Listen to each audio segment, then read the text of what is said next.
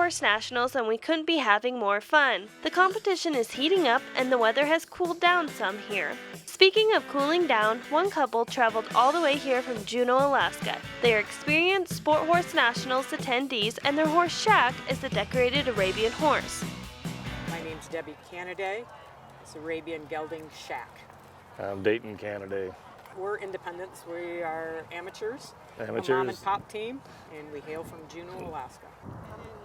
It depends on the direction we go. If we take him all the way up and around, it can be 7-8 days.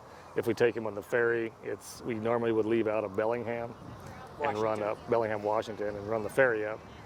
But we had discovered that costs $3,300 one way. And back when we first started doing this, we did 3 round trips in 1 year to the tune of almost $20,000. And I told my wife, I said, we either have to move out of the state, move the horse south, or sell him. And obviously we haven't sold him. We're still residents of Alaska, but we decided just instead to quit our job and travel. So we've been basically on the road for 4 years. We go back to Alaska twice a year. And in the spring and in the fall, we have a small job up there, and my daughter's there.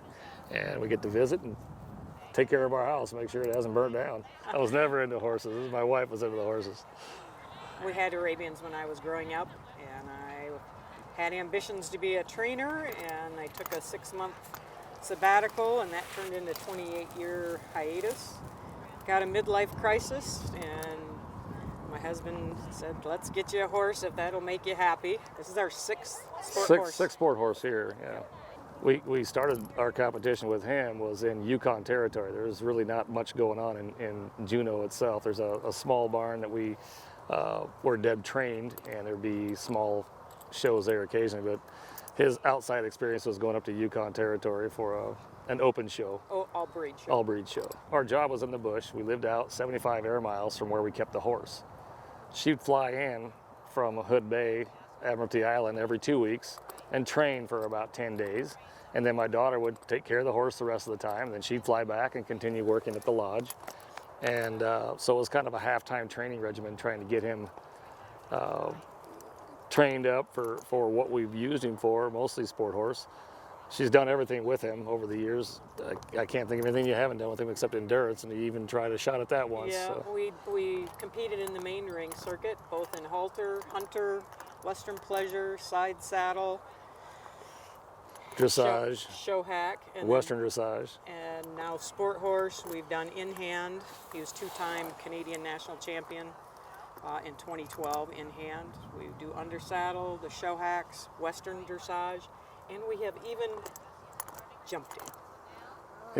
He's what we like to call a versatile Arabian. He's done almost everything out there, and that's what's fun about honestly only having one horse. So many people have a dozen of them, and they specialize in certain areas. Well, it's an Arabian. They can do it all, so why not train them to do it all? I do want to say that I'm grateful for the Sport Horse Nationals. It gives amateurs a chance to come out and compete and a chance to feel successful and to be successful. Hard work, discipline, and lady luck on your side. We also have another pair here that isn't as far away as Alaska, but they had to overcome obstacles that almost derailed them from coming to Sport Horse Nationals at all.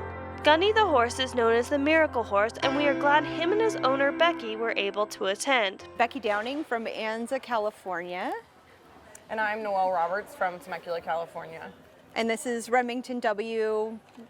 barn name Gunny. I've had Gunny almost 4 years now, and actually bought him as an endurance horse and was talked into starting to jump him, which I did for a year before going to Noelle, which I've been with Noelle for about 3 years now. And he loves it. He thinks it's the best thing ever. So Gunny came to me, like I said, they've been in my training program for about 3 years. First Holland, and then probably with us full time about a year and a half ago, maybe 2. And I got a call in January in the morning from my barn hand, basically saying that one of the horses was sick, and said his name, and he speaks broken English, so I was trying to kind of understand what he was saying, and I realized he said he had a bloody nose. And so I thought, oh, okay, it's not that big of a deal, like I'll come down and see, but I could tell he really wanted me to come down. So I called Becky to let her know that, you know, something was going on, but I was going down and it was a bloody nose. It was probably no big deal. It was dry at the time, and so I wasn't super worried about it. Fortunately, when I got to the barn, there was a large amount of blood everywhere, and he was ataxic and just not right. And his right eye didn't look right as well. It had that kind of bluish moon blindness type look to it. And so I immediately called Becky back and said, you know, this is a bigger deal than we thought. And I made a call to my vet, who as soon as he got there referred us to San Luis Rey Equine Hospital. And Becky showed up and we loaded him up and off we went. And they immediately took him in, starting doing neurological tests. They did x-rays, which really showed nothing. They scoped up his nose, which showed he had a bloody nose. It didn't show anything either. While all this was going on, we went to breakfast and convinced ourselves he was going to be fine. And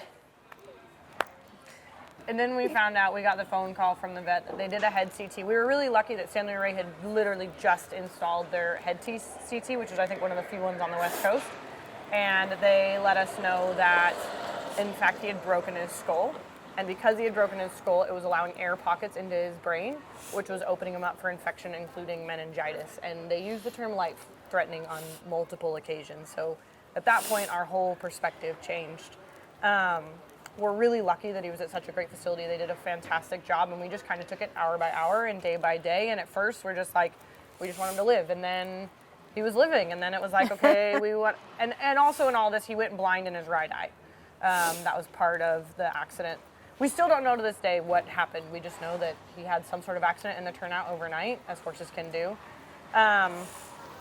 And at first it was really just about, you know, like, let's get him back to riding. Let's see, because we didn't know. I knew that the way horses see, that there are plenty of horses that jump that only have vision in one eye, but we just didn't know how he was going to adjust to that lifestyle. And I mean, to kind of all of our excitement, he's come back better than ever, and has been fantastic. And I don't think any of us really expected to really be here. This was always on our map. This has been our game plan for 3 years now.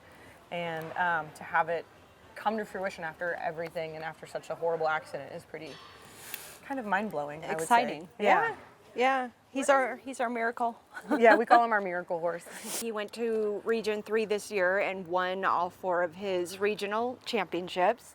So he's already been used in international veterinary conferences. He's one of the few horses that has CTs of this type of injury, and then 2 months later we did a follow-up CT so we could see how he was healing.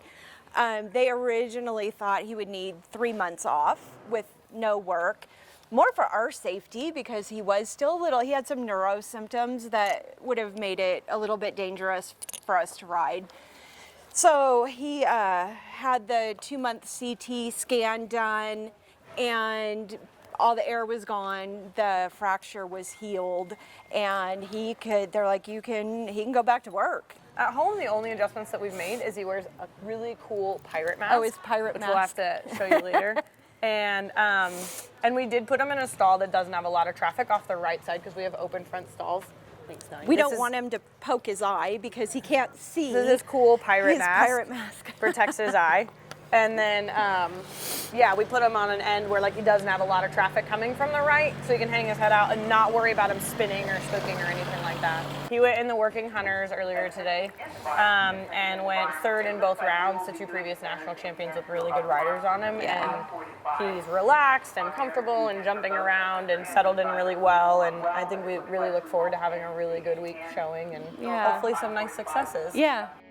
We ended the night with a bar night out where the barns opened their doors and served food and drinks. Everyone walked around, enjoyed each other's company, and had a great time. Thank you to everyone that participated, and we'll see everyone tomorrow.